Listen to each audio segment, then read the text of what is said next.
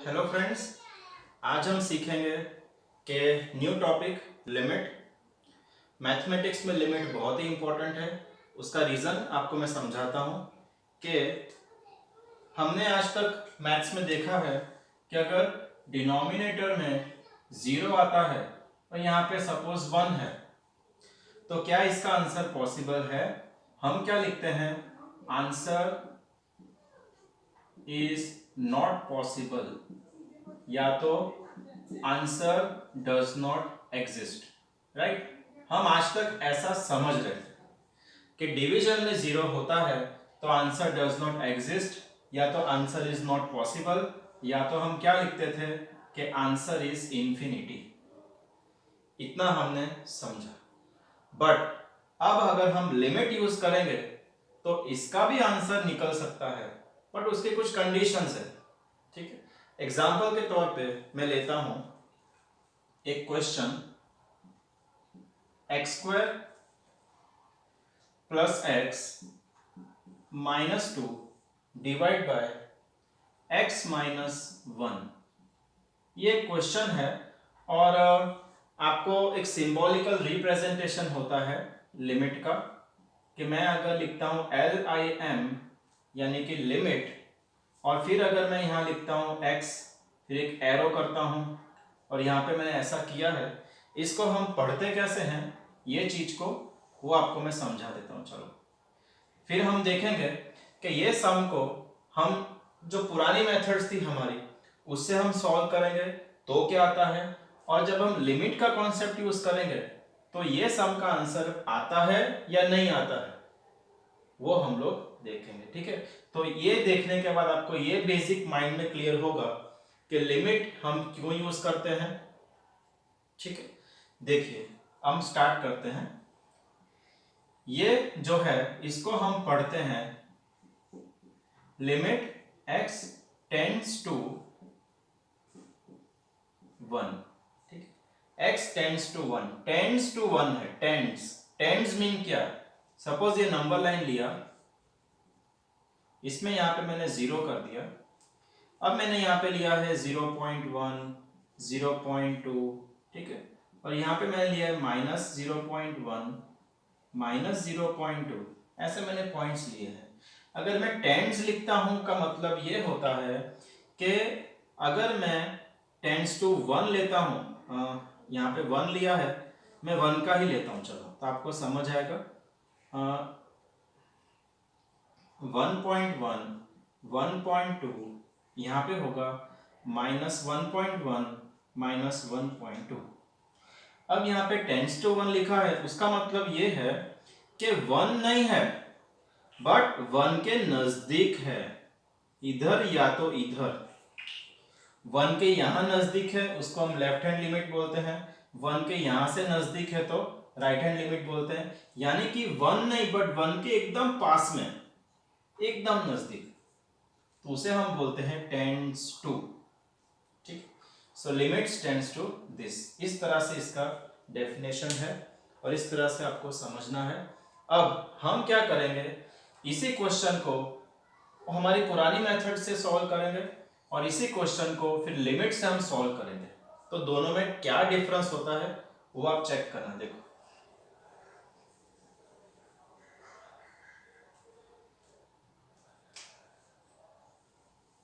दो पार्ट्स मैंने कर दिया। यहां पे लिमिट हम यूज नहीं करेंगे, विदाउट लिमिट, यहां पे विद लिमिट। तो मैं यहां पे टाइटल लिख देता हूं,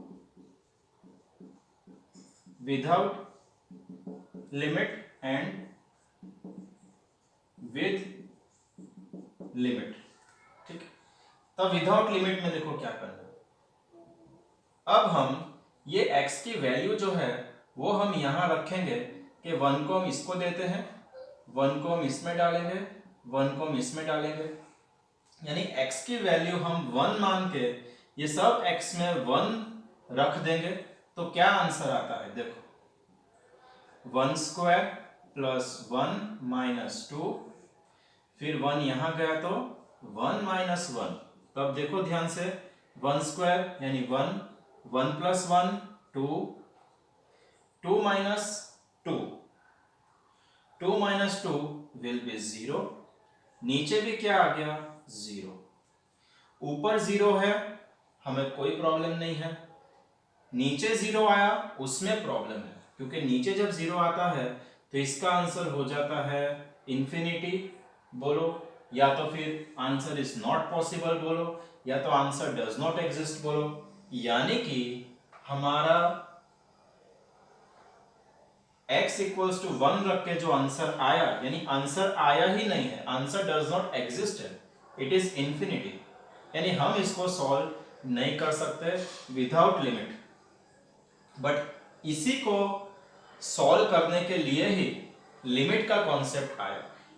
तो देखो कैसा है लिमिट। अब मैं लिमिट का कॉन्सेप्ट यूज करता हूं, तो उसके लिए लिमिट में कैसे हम इसको सॉल्व करते होते हैं वो मैं आपको बताता हूं विद लिमिट। तो ध्यान देना आप, लिमिट के लिए हम इसका पहले फैक्टराइजेशन करते होते हैं।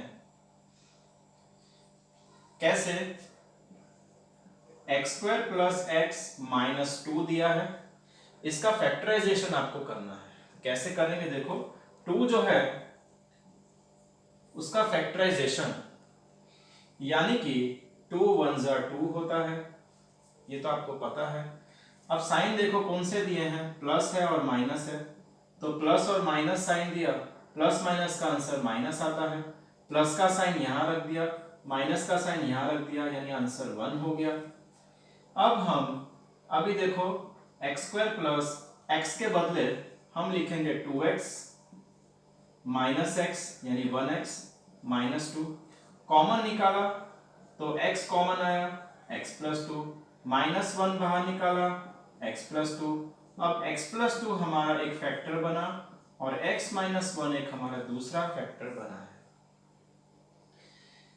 इसका डिटेल स्टेप्स में आपको आगे के लेक्चर्स में समझाऊंगा।